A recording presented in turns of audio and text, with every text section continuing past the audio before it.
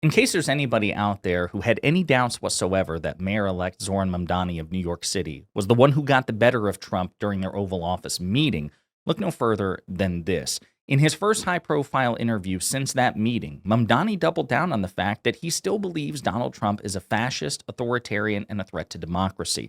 In other words, though he recognizes he has a political obligation to try to work with the sitting president of the United States, he's not bending the knee or rolling over or changing his tune on Trump. He is doubling down and standing on business. And this is unusual in American politics. But before we unpack all that, if you end up liking this video and you want to support the channel, please be sure to hit the like, subscribe, and alert bells before you go.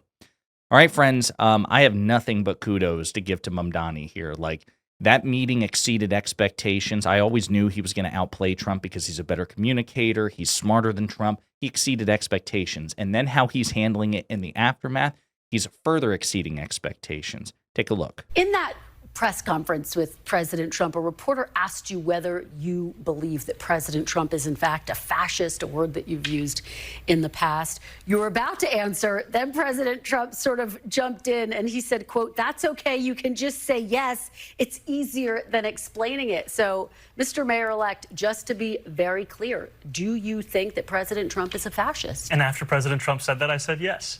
And so you do? And that's something that I've said in the past. I say it today. And I think what I appreciated about the conversation that I had with the president was that we were not shy about the places of disagreement, about the politics that has brought us to this moment. And we also wanted to focus on what it could look like to deliver on a shared analysis of an affordability crisis for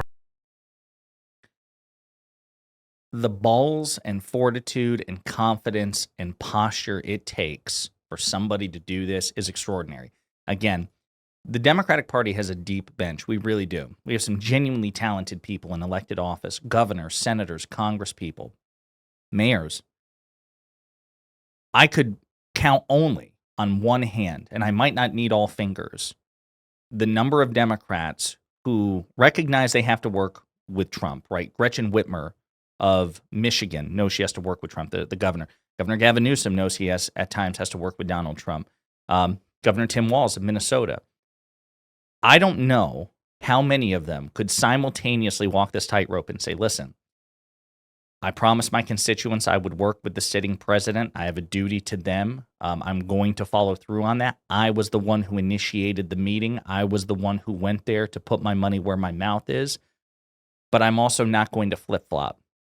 I said Trump is a fascist. I said he's an authoritarian. I meant it, and I'm not going to pretend that I don't. And what I'm going to try to do instead is effectively say, you know, I say all these things about you, Trump. I believe all these things about you, but I recognize we have to work together. I'm the mayor, whether you like it or not, of the biggest city and most important city in this country, and you're the sitting president. So can we work together? That was a brilliant move, and she presses him again. She tries to get him in a gotcha almost, and he doubles down. You've also said in the past that President Trump has engaged in a, quote, attack on our democracy. You've called him a despot. Do you still believe President Trump is a threat to the democracy? Everything that I've said in the past, I continue to believe. And that's the thing that I think is important in our politics, is that we don't shy away from where we have disagreements, but we understand what it is that brings us to that table. Because I'm not coming into the Oval Office to make a point or make a stand. I'm coming in there to deliver for New Yorkers. And a few weeks ago, I was asked by a reporter 3 words to describe myself. I said New York City. And that's what animated that conversation. How do we deliver for the people of New York City? How many people could walk that tightrope? Think about it. How many people could simultaneously say, I need to work with the president, I have to work with the president, and all these, you know, harsh things I've said about the president, I stand by. Very few people have the integrity and the political courage to do what Mamdani just did. I'm blown away. He continues to deftly manage this like very few people do. I want to play another clip for you, if I can pull it up here, again, about the conversation that he had with Donald Trump regarding affordability. And again, notice how even when he's asked questions about fascism and authoritarianism, he brings it back around to the message that got him elected in the first place, affordability. Of the Democratic Party. A number of Republicans are casting you as the face of the Democratic Party. Mr. Mayor-elect, I wonder, do you think that Democratic socialists can win across the country, in battleground states, for example? I think a focus on the importance of dignity for working people is something that appeals to people across this country. I will not venture into the world of national politics and punditry, but what I will tell you is that in New York City, we saw so many of the same dynamics we'd seen elsewhere. We'd seen a shift towards the right. We'd seen obituaries being written about the Democratic Party's ability to speak to young people, to speak to Asian voters, to speak especially to young men. And I actually shared this with the president, that the very constituencies that he had won over, that were a critical part of his increased vote share in New York City, were the ones that we then looked at as who we should focus on to bring back into the party. And I think that when you speak to those constituencies with the same respect you'd speak to any other, you will see that they will then engage in the process. We saw an increase in voter turnout amongst 18 to 29-year-olds by more than 300%. And that's because we spoke to them as New Yorkers who are facing an affordability crisis, not as young people we have to finger wag to participate in democracy. So again, note the message brilliance and the message discipline there. When asked about democratic socialism, he recognizes that that's a controversial phrase, that socialism is extremely popular, increasingly popular with younger Americans, not so much with older Americans. And so rather than step into that landmine, he just reframes it once again as a matter of affordability. You know, I think that candidates who campaign relentlessly on affordability can win anywhere. And then again, he takes this time to align it with Trump supporters, right? And we actually, again, not surprisingly, AOC, for example, one of the first things she did after the election was she did an Instagram Live and she did outreach with voters because there were a substantial number of people who voted simultaneously for AOC at the district level to be their congressional representative, and then for Donald Trump for president, which is not something that intuitively you would expect, right? And so again, Mamdani is basically touching on that. He's like, listen, I'm not going to step into the Democratic Socialist thing. I'm not going to go for that particular gotcha. But if you campaign relentlessly on affordability, you can win anywhere. And that was proven not just with his victory, but also Mikey Sherrill in New Jersey and Abigail Spanberger in Virginia. And they were not Democratic Socialists. They were much more moderate candidates. And so, again, just 10 out of 10, no notes with respect to message discipline and staying on topic and his ability to think quickly on his feet and redirect a question into more favorable terrain for himself. It's brilliant. Here's another clip. I think that some of your supporters would be curious to know, you say you stand by your past statements that, yes, he's a threat to the democracy. How do you square working with someone who you still think is a threat to the democracy? I think working for the people of New York City demands that you work with everyone and anyone, and that you always look to find those areas of agreement while not overlooking the places of disagreement. And I think this was something that came up in our meeting. We spoke about immigration. We spoke about the fact that in New York City, we have sanctuary city policies that allow for the city to work with the federal government on around 170 serious crimes. The concern for so many New Yorkers comes about anything beyond that. And I spoke about the importance of us being able to protect New Yorkers, and some of the incidents that we see, they do not do that.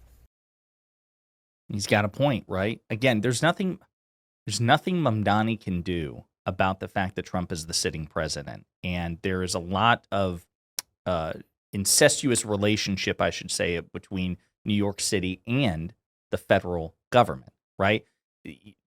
Mandani can't afford to go to war with Trump unless he absolutely has to, right? And so again, when I did the forecast video about this before the meeting, I said that this was a brilliant move by Mandani because either way, he wins. If he goes to, he took the initiative. He was not reactive. He was not defensive. He took the initiative and put Trump on the defensive. Listen, I'm reaching out to you. I'm going to come to you. Let's see if you're willing to have this meeting. We've all talked a lot of shit about each other. I'm going to come to you. Okay. So he set the tone. Trump agreed and probably felt like he was forced to agree. They have the meeting. He charms Trump's pants off. But let's say it didn't go that way. Let's say it was more of a Zelensky-style meeting. Then again, Mandani can accomplish a great deal. He can say, listen, I went here.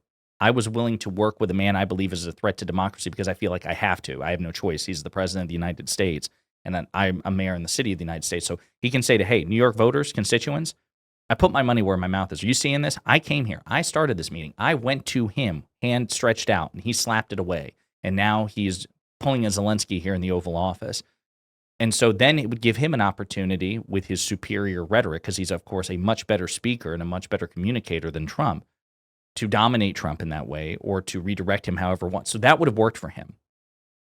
And if Trump was gracious or charmed by Mamdani, which he was, then that's also a win for Mamdani. So Mamdani put himself in the ultimate win-win situation. But the extent of the win exceeded so many people's expectations, myself included. One last clip. Two more quick questions. If Democrats win the midterms, do you want to see Leader Jeffries become the Speaker of the House? Yes. Okay. That was a firm, quick answer. So you leave plenty of time for my final answer. Don't let me go back and give a little more. Look, former President Obama called you after your victory, and he offered to be a sounding board for you as you take on this role of mayor of New York City. What advice did he give you about how to lead effectively in these years ahead? You know, one thing I really appreciated about the conversations I've had with the president have been the importance of what it looks like, not only to inspire hope, but to sustain it and then to deliver on it. And time again, that comes back to the city hall that you're putting together. And even right now, we have about 40 odd days of a transition. Transitions are typically a time of pageantry and pomp. We want it to be a time of substance, a time of purpose. And so we ensured that the first day after the election, we announced our 4 incredible co-chairs of our transition, our executive director. And then the week after that, the first deputy mayor, the chief of staff. We're moving much faster than typical because we want January 1st to be a day where we start to deliver, not start to prepare. And I appreciate President Obama's emphasis of what it looks like to prepare in advance so that you can deliver. All right, Mayor-elect Zohran Mamdani, thank you so much for being here. We really appreciate it. Yeah, he killed it. So again, if there's anybody out there who had any doubts whatsoever of who won that meeting with Trump, look no further than this. Mandani won before, he won during, and he won after. And it's really impressive to see. I can't wait to see where this guy goes from here. In the meantime, let me know what you think in the comments.